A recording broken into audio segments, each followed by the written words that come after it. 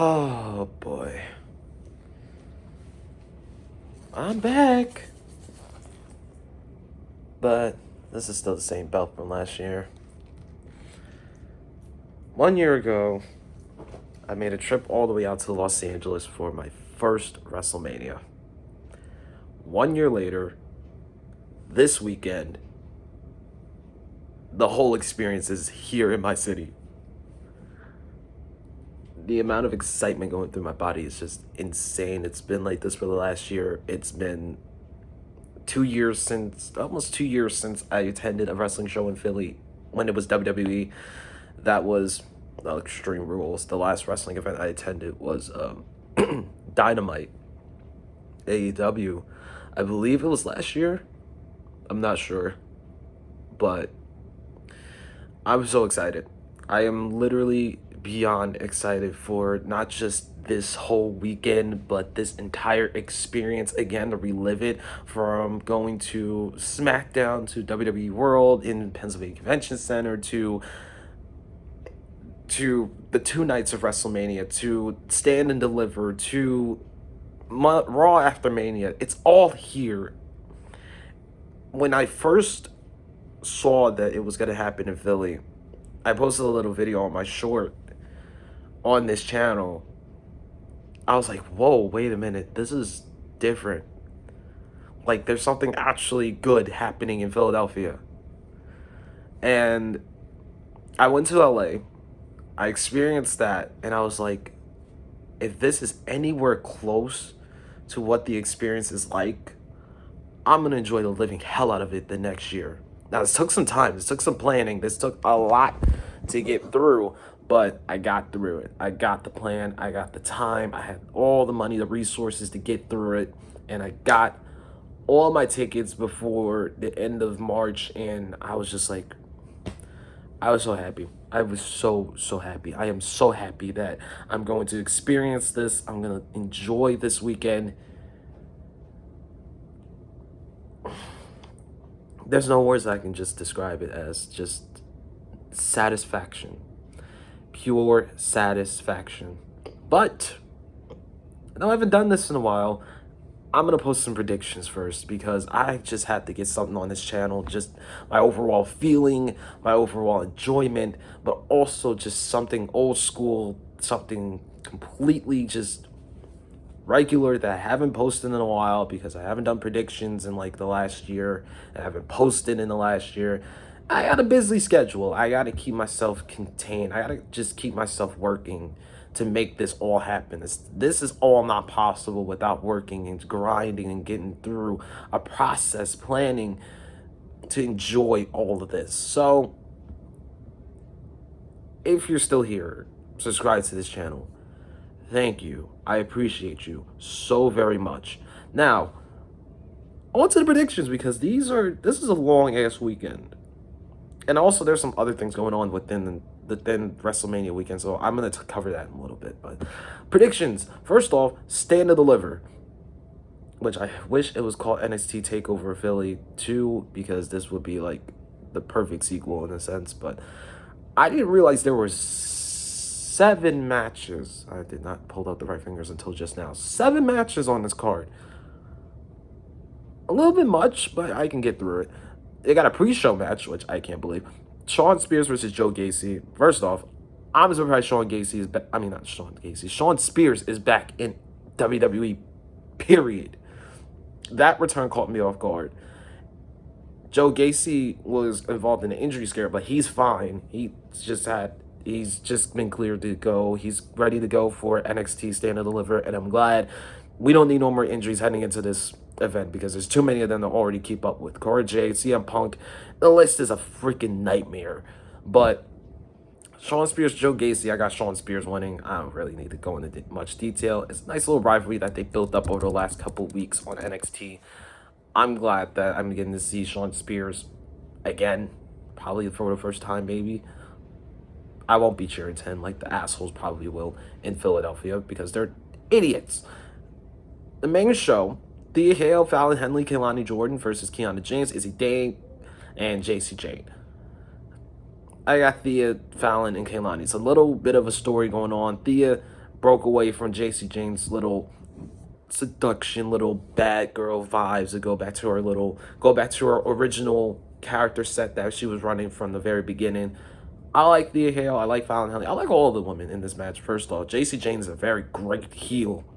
One, and the whole thing with Chase University, I thought was pretty okay, but I was starting to get a little bit of a just feeling out of it a little bit. But I'm glad that she's back to being a heel, and it's perfect for her and her character to just continue as that.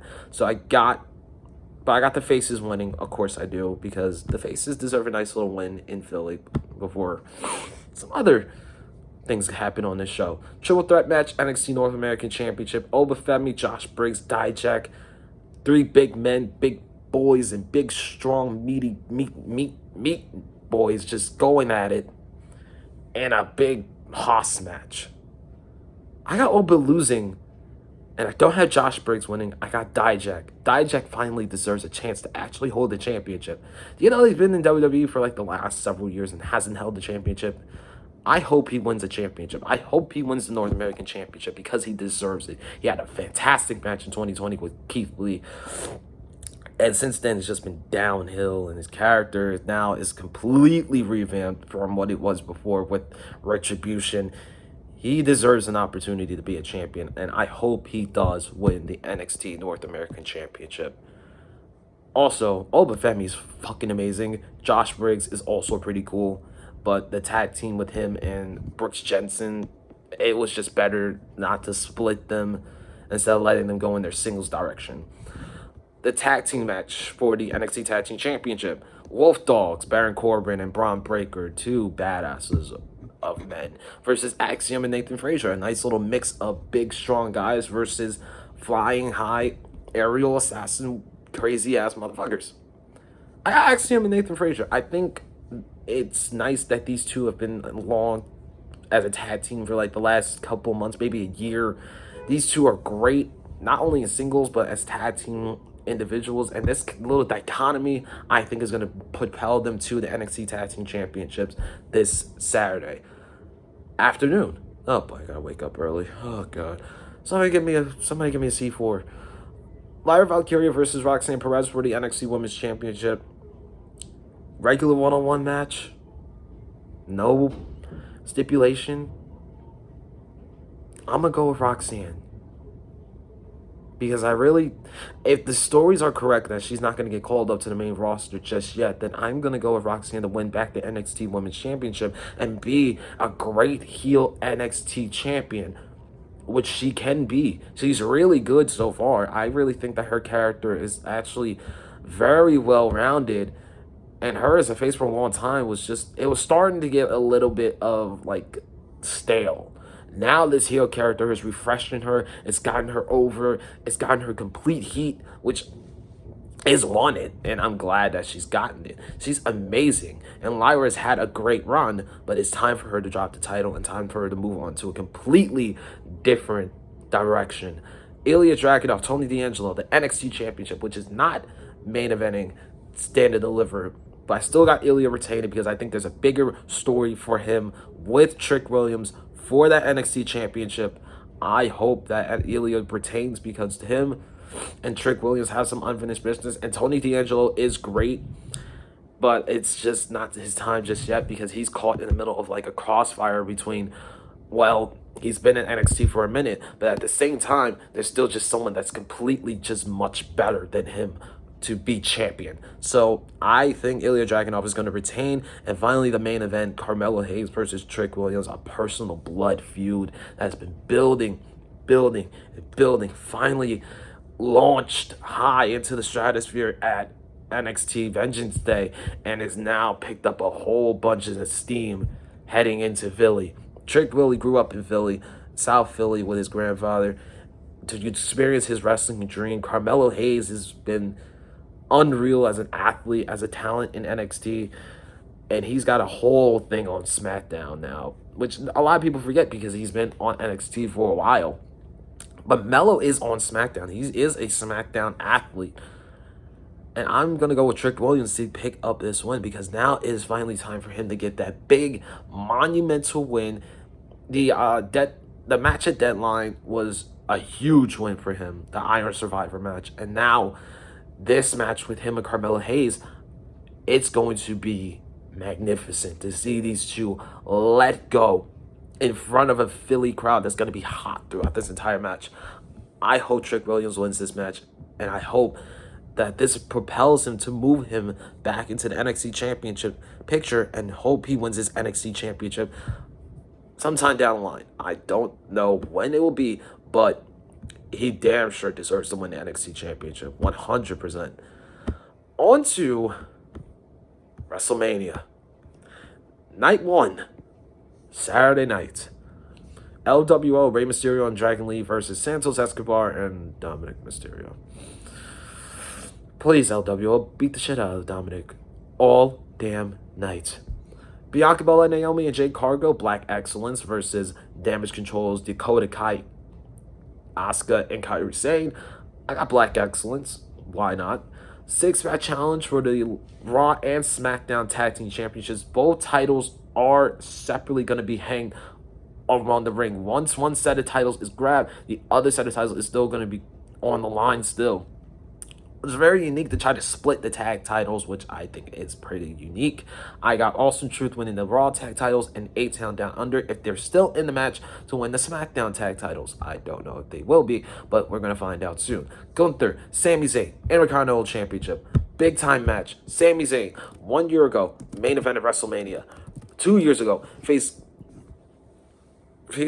Johnny Knoxville at WrestleMania 38. 3 years ago, faced Kevin Owens at WrestleMania 37. 4 years ago, was the Intercontinental Champion. And I think 4 years later, he's walking out with that title once again. This time as a challenger, this time ending the long reign of the greatest Intercontinental Champion of all time, Gunther. In a fantastic match, I hope. I really hope.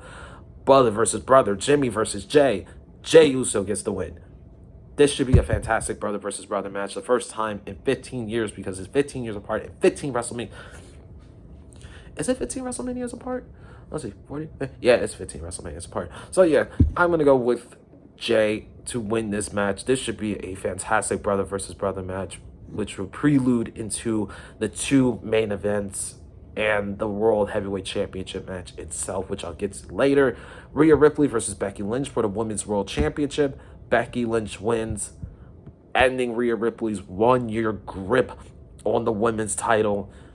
It should be a phenomenal match. This rivalry has been built really well throughout the last 2 to 3 weeks, which is insane because you wouldn't have thought with how they were going in this direction, you would think that Liv Morgan would be involved or Nia Jax would be involved or this would be a 4-way or a triple threat. No, I'm glad this is keeping as a singles match because this is perfect for these two. And Rhea is a show stealer when it comes to WrestleMania matches. She's had great matches from 39, 37, and 36. This should continue on. And Becky Lynch, her run at WrestleMania 30, it's been weird, but she's had great matches in her time as well. This should be her best WrestleMania match. She wins the Women's World Championship, capturing women's gold for her second WrestleMania after losing Women's Championship gold at WrestleMania 38 2 years ago. And then, night one's main event, the biggest main event of all time. It kind of is. The Bloodlines, The Rock and Roman Reigns versus Cody Rhodes and Seth Rollins. If the Bloodline wins, it'll be Bloodline rules for night 2. If Cody and Seth wins, it's a one-on-one main event for night 2. Which we all know what the main event of that is. But I got the Bloodline winning. Because this little thing, I just have a feeling that something big is going to happen in the middle of that match. I'm not going to say what it's going to be, because that's going to be something. It's going to be a little bit of like a thinking, wait and see, because it should be its own little thing that just kind of builds up and builds up and builds up during the match. The Rock, in his first WrestleMania main event since WrestleMania 29, 25 years to the time where he main evented his very first WrestleMania in this city. Now, the stadiums were a bit different and the names were a bit different. There was Veterans Stadium across the street from Wells Fargo Center. Now it's Lincoln Financial Field, and it ain't First Union Arena. It's now Wells Fargo Center. But it's still going to lie. This is going to be a different result. The Rock wins his first WrestleMania main event since WrestleMania 28. And finally, it's a little bit of closure on that WrestleMania 15 main event. Although, maybe, might not. On the night 2, oh my god. I'm so excited. I'm mixing shit up. And I'm going as fast as I can because I'm almost at the 20-minute mark. Philadelphia Street Fight, The Pride, Bobby Lashley and the Street Profits versus the Final Testament, Karrion Kross and the Authors of Pain. I got the Final Testament winning. I love Karrion Kross and I love the Final Testament group with Authors of Pain. These three guys are making their first WrestleMania appearance, which is amazing for those guys. I hope they win. I'm going to predict that they're going to win because of them being a brand new group. Lashley and the Street Profits are already established guys. It's time for Kross to get that huge win to push him over the moon and get him into a big-time championship match down the line because SmackDown's about to be loaded for the next several months or so. Triple threat match for the United States Championship. Logan Paul, Randy Orton, Kevin Owens. I got Kevin Owens winning on the same year, like I said, a year prior.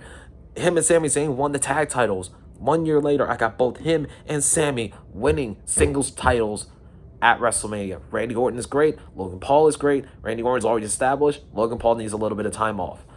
Kevin Owens is going to be the perfect champion on SmackDown. United States title win at WrestleMania. Several years after winning the United States title at WrestleMania 33. Should be interesting. LA Knight, AJ Styles. My favorite match on the card because I love these two guys and I love LA Knight so damn much. He's my favorite wrestler on WWE right now besides Roman, Cody, and Seth, and a whole bunch of others, but I'm not going to get into that conversation. I'm not going to get into that topic. But LA Knight, yeah, is going to beat AJ Styles. This should be the big marquee win for him in the big time match that he is going to have a show-stealing performance with the perfect opponent in AJ Styles. Io Sky, Bayley for the women's championship. Something of a rivalry that has been brewed up after a great backstage segment and a great in-ring segment from several months ago, which was so good. Bayley wins the women's championship with the help of some faces, and Io Sky loses her title on the biggest stage. Seth Rollins, Drew McIntyre, World Heavyweight Championship. Now, I have Drew winning, but I have Damian Priest cashing in to win the title after the match. I'm not saying this is going to be a triple threat made just right there, but I am saying that Damian Priest is going to cash in and he's going to win the title. 9 years after Seth Rollins cashed in the Money in the Bank to win his first world championship, Damian Priest cashes in to win his first world championship. After many people forget that he's had the Money in the Bank contract for a long time and he's tried to cash in numerous times but hasn't been able to because Drew McIntyre has been in the way, because Seth Rollins has been in the way, because many others have been in the way. But this is the moment, this is the time, and I remember from what he said on SmackDown or on Raw, WrestleMania is big individually for the Judgment Day. And now on to the main event. Roman Reigns, Cody Rhodes, Bloodline rules for the undisputed WWE Universal Championship. With the no disqualification and the anything goes stipulation intact, this should be the biggest, most overbooked match in WrestleMania history. Shout out to Christian Miracle for that tweet because he makes a good point. Everything should go over the top. This should be the most over-the-top championship match there is on the show. And this should be the most over-the-top wrestling match, perhaps of all time. And if worked correctly and planned correctly and booked correctly, this can be the greatest WrestleMania main event of all time. Making this WrestleMania the greatest WrestleMania of all time. And the only way that it can be the greatest WrestleMania of all time, unlike last year where the loss helped Cody, this time he beats Roman with the help of not just many of the other people that Roman has faced, but with some extra special help along the way. Cody Rhodes will beat Roman Reigns to become the undisputed WWE Universal Heavyweight Champion. He won't be able to give the title to his father, but he will be able to share the moment with his family and friends along the way. And that is WrestleMania weekend in a nutshell. Peace, love, and all the more excitement and gratitude for everything. Let WrestleMania weekend be a huge success.